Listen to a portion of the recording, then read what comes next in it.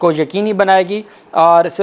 مثبت digital system کو فروغ دے گی، سوشل میڈیا پلیٹ فارمز کے ساتھ تعاون میں سہولت فراہم کرے گی۔ اور اس کا مطلب کیا ہے، جو اتھارٹی سوشل میڈیا پر قانون کی خلاف ورزیوں کی تحقیقات کرے گی اور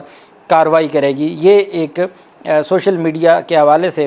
سوشل میڈیا کو ریگولیٹ کرنے کی کوشش کی جا رہی ہے وفاقی حکومت کی جانب سے۔ اور جب آپ کے پاس ڈیلیور کرنے کو کچھ نہ ہو تو پھر آپ صرف ایک ہی آپ کو کام آتا ہے کہ آپ نے ہر صورت تنقید کو روکنا ہے، تنقید نہیں برداشت کر سکتے آپ۔ ہاں، اگر آپ حق سچ پہ کھڑے ہیں پھر آپ تنقید کو برداشت کریں گے، جیسے جسٹس اطہر من اللہ صاحب کہتے ہیں کہ میں نے ہمیشہ تنقید کو ویلکم کہا ہے۔ تنقید وہ نہیں ہوتی جو آپ کسی کی فیملی کو یا کسی کی پرسنل چیزوں کے اوپر آپ شروع ہو جاتے ہیں، تنقید ہوتی ہے ان کی پالیسیز پر، ان کی فیصلوں پر اور ان کے آرڈرز پر۔ ہاں، جو ذات پر تنقید کرتا ہے، کسی کی ذات پر کیچڑ اچھالتا ہے، اس کی فیملی، اس کے بچوں کو ہراساں کرنے کی کوشش کرتا ہے، وہ تنقید نہیں ہے، وہ ایک الگ چیز ہے، اس کے اوپر پہلے ہی قوانین بنے ہوئے ہیں۔ دوسری طرف آج چیف جسٹس ملک شہزاد صاحب کی عدالت میں اہم سماعت ہوئی۔ فواد چودھری اپنے وکلاء کے ساتھ عدالت میں پیش ہوئے اور لاہور ہائی کورٹ میں فواد چودھری کی درخواست پر سماعت ہوئی۔ چیف جسٹس ملک شہزاد احمد خان نے سماعت کی، چونکہ آج ہڑتال تھی اور اس میں وکیل ہیں احسن بھون صاحب۔ اب احسن بھون صاحب خود تو پیش ہو نہیں سکتے تھے چونکہ وہ تو چیف جسٹس صاحب کے خلاف انہوں نے ایک احتجاج اور ریلی شروع کی ہوئی ہے، اور اب اس میں پھر جو وکلاء تھے وہ پیش ہوئے۔ انہوں نے کہا جی کہ اس میں جو وکیل ہیں ان کو تیاری کے لیے مہلت دی جائے۔ دوران سماعت chief justice Lahore high court نے استفسار کیا کہ یہ بتائیں درخواست گزار پر دہشت گردی کے کتنے مقدمات درج ہیں، جس پر سابق وفاقی وزیر کے وکیل نے کہا کہ 2 کیسز کے علاوہ تمام مقدمات دہشت گردی کے ہیں۔ وکیل کے جواب کے بعد فواد چودھری خود روسٹرم پر آ گئے، جس پر چیف جسٹس کا لاہور ہائی کورٹ نے ریمارک کیا کہ چودھری صاحب لگتا ہے کہ آپ کو اپنے وکیل پر اعتبار نہیں ہے۔ فواد چودھری نے کہا میں صرف حقائق بتانا چاہتا ہوں، مجھ پر 47 مقدمات درج ہیں، جس پر چیف جسٹس نے کہا اگر آپ نے خود بحث کرنی ہے تو پھر آپ ہمیں بتا دیں۔ اس کے بعد عدالتی ہدایت پر فواد چودھری دوبارہ اپنی نشست پر جا کر بیٹھ گئے۔ فواد چودھری کے وکیل کی جانب سے تیاری کے لیے مزید مہلت طلب کی گئی۔ عدالت نے سابق وفاقی وزیر کے وکیل کو تیاری کے لیے مہلت دیتے ہوئے سماعت 16 مئی تک ملتوی کر دی۔ یہ وہ کیس ہے جس میں 9 مئی کے حوالے سے جو ایک رہنما پی ٹی آئی کا ہے اور اس کے خلاف پورے پنجاب میں مقدمات ہیں یا اسلام آباد میں بھی مقدمات ہیں، تو یہ درخواست ہے کہ ویڈیو لنک کے ذریعے ان کو پیش ہونے کا موقع دیا جائے پورے پنجاب میں اور اسلام آباد میں، چونکہ اگر ایک بندے کے خلاف 47 مقدمات ہیں تو وہ تمام مقدمات میں بیک وقت پیش نہیں ہو سکتا۔ ایک میں نہیں پیش ہوگا تو وارنٹ نکل جائیں گے، دوسرے میں نہیں پیش ہوگا تو وارنٹ گرفتاری نکل جائیں گے۔ تو اس وجہ سے یہ بہت اہم درخواست ہے جو پاکستان تحریک انصاف کے لوگوں کے لیے مستقبل میں بڑے ریلیف کا پیش خیمہ ثابت ہوگی۔ آپ جانتے ہیں کہ جسٹس ارباب محمد طاہر صاحب نے بڑا ایک تگڑا فیصلہ جاری کیا تھا اور 15 دن کا ٹائم دیا تھا وزارت داخلہ کو کہ آپ کے پاس جو درخواست ہے ان کے گھر کو ہی ہاؤس اریسٹ کی جو درخواست دائر کی گئی ہے اس پر آپ فیصلہ کریں، اور آپ ساتھ اس معاملے کو اگر آپ نے نہیں فیصلہ کرنا، کوئی اور کمپیٹنٹ اتھارٹی ہے تو آپ 2 دن کے اندر ان کے پاس بھیجیں اور 15 دن کے اندر یہ سارا پروسیس کر کے ان کو آپ ہاؤس اریسٹ کریں اور ان کے گھر کو ہی سب جیل ڈکلیئر کریں۔ اور ساتھ یہ کہا تھا پمز ہاسپٹل کی انتظامیہ کو کہ آپ وقتاً فوقتاً ان کے جو فیملی ڈاکٹرز ہیں ان کے ساتھ مل کے ان کا چیک اپ بھی کرتے رہیں۔ وہ 78 سال کے ایک بزرگ ہیں، بیمار ہیں اور کسی بھی کیس میں وہ سزا یافتہ نہیں ہے، اس وجہ سے ان کے جو رائٹس ہیں ان کا، اور سابق وزیر اعلیٰ ہیں۔ اب انہوں نے کیا کیا کہ پہلے تو وہ تھے اڈیالہ جیل میں، اور اڈیالہ جیل میں چونکہ پرویز الہی کوٹ لکھپت سے پہلے اڈیالہ جیل بھی اسی لیے گئے تھے اور کئی مقدمات میں ان کی ضمانت ہو گئی تھی، وہ مچلکے نہیں جمع کرواتے تھے کہ ان کو پھر کوٹ لکھپت جیل میں منتقل کر دیا جائے گا، کیونکہ اڈیالہ جیل میں وہ اپنے آپ کو زیادہ جو ہے وہ سہولیات یا زیادہ وہ پرسکون سمجھتے تھے۔ اب جب اسلام آباد ہائی کورٹ کا یہ فیصلہ آیا اور اسلام آباد ہائی کورٹ کی جورسڈکشن اڈیالہ جیل تھی، انہوں نے اڈیالہ جیل سے جو ہے وہ کوٹ لکھپت جیل میں منتقل کر دیا۔ پہلے پرویز الہی کی توہین عدالت کی درخواستیں جس میں لاہور ہائی کورٹ نے بار بار آئی جی اسلام آباد کو بلایا، وہ نہ آئے، اور وہ کئی مہینے گزرنے کے باوجود اب آخری موقع دیا ہے جی کہ اب پیش ہو جائیں، بھلے وہ جو وہاں سے وہ چلا گیا ہے، اپنا ٹرانسفر ہو گیا ہے، لیکن اس کے باوجود اس کو بلایا ہوئے آج تک عدالتیں کو بڑا حکم نہیں جاری کر سکیں۔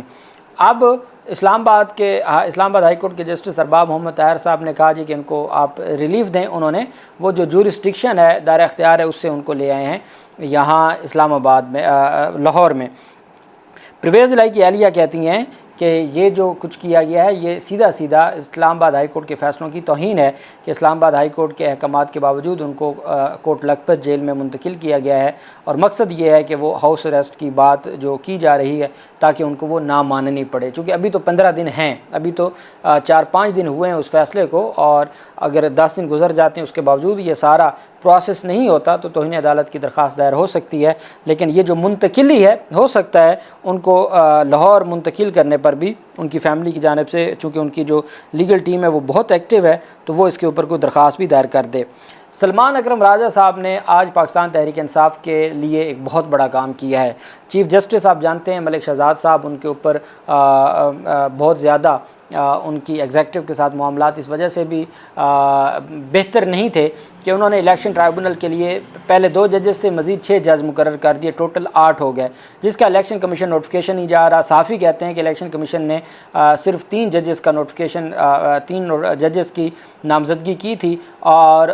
باقی جو ججز کے نام تھے اس پر اعتراض کیا تھا، جس پر پھر اندرونی خط و کتابت یہ صحافیوں کا ایک ان کی جانب سے ایک دعویٰ کیا جاتا رہا ہے۔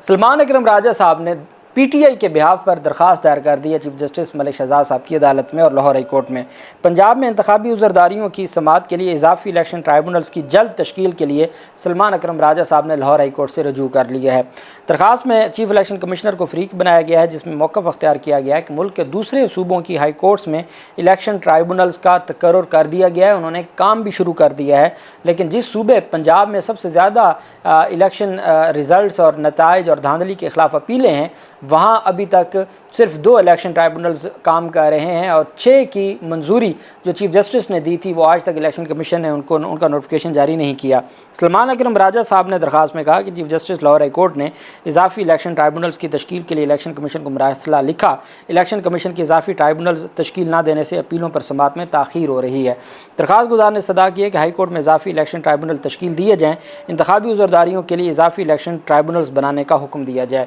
اب یہ درخواست تھی جو بہت پہلے پاکستان تحریک انصاف کے ورکرز کا یہ